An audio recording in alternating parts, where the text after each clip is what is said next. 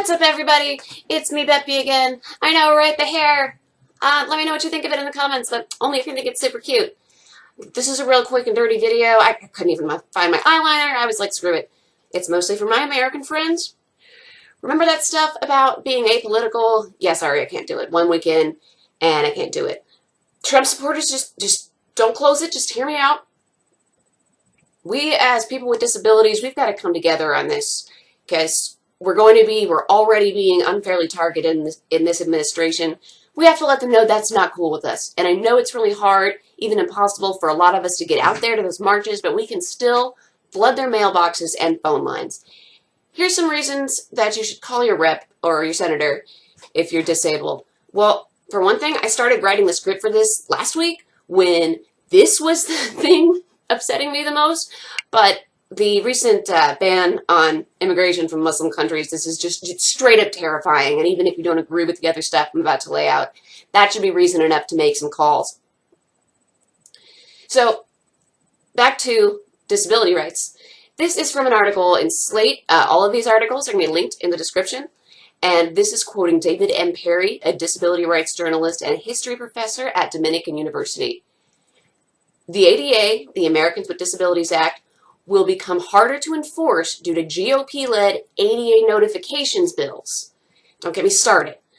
More disabled people will end up institutionalized in prisons, psych wards, and nursing homes, and with the GOP repeal of the ACA, even greater numbers of disabled Americans will die or fall below the poverty line.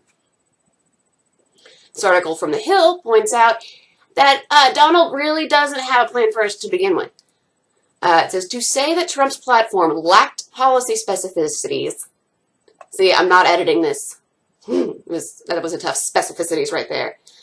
To say that Trump's platform lacked policy specificities is an understatement. In that vein, Trump has made little mention of disability-related social policy. Rather, Trump's association with disability in the campaign came by his way of mocking Sergei Kovaleski, the New York Times reporter with arthrogryposis. I'm so sorry if I said that wrong. Let's talk about that one for a second. Trump continues to deny that he was mocking Kovaleski for his disability, that he was doing an impression of his groveling or some bullshit like that. Come on. We all saw it. And if you're disabled and you supported Trump after that happened like over a year ago, I don't get it. I don't get it. He's surrounding himself with people who are either incompetent with regards to issues on the disabled or are just straight up in-your-face ableists. Let's talk about Jeff Sessions. Just one example from his other Slate article.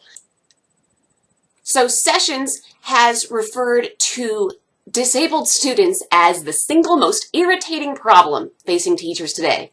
The letter in its entirety, linked in the description, and it is super terrifying. The new Department of Health and Human Service Secretary, Tom Price, is working with Paul Ryan and President Trump to kill the safety net programs we've had in place for decades.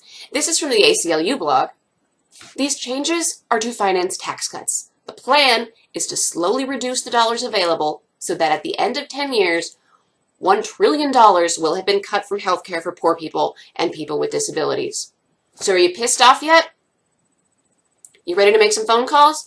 Don't know who your representative is? Have a zip code? Good news, there's whoismyrepresentative.com. In addition to contacting your local reps, you can also contact House Speaker Paul Ryan, Senate Majority Leader Mitch McConnell, any congressperson who's on the fence about something you care about. Call whether you live in their district or not, and call or write the ones who are doing a good job. I used to think that wasn't important, or at least not near as important as writing angry letters to the ones you don't like, but imagine if you were trying to do the right thing and you still only ever got negative calls and letters. So, hey, shout out to Representative Cleaver. I love you. Kansas City forever. You're doing a great job, and I'm going to send you a postcard too. All right, do you have social anxiety? Me too. Is it not just the worst? So yeah, I'm really uncomfortable making phone calls to like anybody besides my husband and my immediate family. I text basically everybody else, and strangers, forget about it. So the script makes a huge difference. There's a great link on this in the description about how to get ready if you're anxious. I just pretend that I'm acting, that I'm some other person who doesn't have anxiety and is a big advocate, and having a script, helps you pretend you're acting. So that's me. What do you kids think? Actually, I have a completely honest, completely non-sarcastic question for any Trump supporters who are disabled or love someone who is. Why? Please explain in the comments, because I am genuinely curious. Again, all these links are in the description. Sorry this video isn't cut together super well. I know I'm not making straight on eye contact with the webcam the whole time, but I had to get this stuff out. Check out the links. Call, write, email your rep. Go to the marches if you can. Message me if you have any questions. And let's try and make 2017 better than 2016. It sounds like a low bar, but I'm getting nervous. All right. Love you guys. Bye.